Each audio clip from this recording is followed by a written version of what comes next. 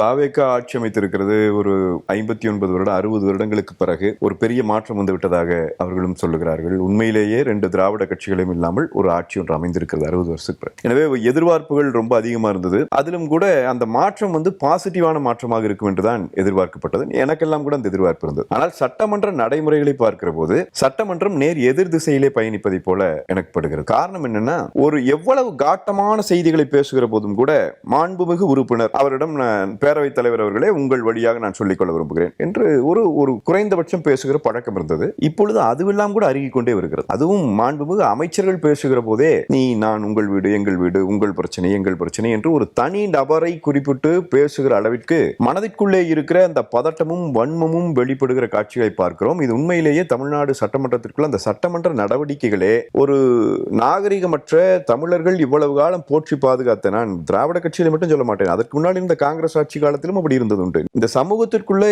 குறிப்பா வந்து entertainment channels இருக்கு இல்லைங்களா, அவங்களுக்குள்ள வந்து இன்னைக்கு இந்த சர்க்காஸ்டிக்கா பேசுறது மட்டும்தான் நகைச்சுவை என்கிற அளவிற்கு ஒரு நிலை இருக்கு. அது அரசியல் பேச்சாளர்களுக்குள் மாறிட்டு இருக்கு. எதையுமே வந்து சீரியஸ் எல்லாமே சர்க்காஸ்டிக்கா பேசுறது. அது இன்னைக்கு சட்டமன்றத்திற்குள்ளும் அந்த நோய் பரவி இருப்பதாக நான் பார்க்கிறேன். அதெல்லாம் வந்து ஆரோக்கியமானதாக எனக்கு படவில்லை.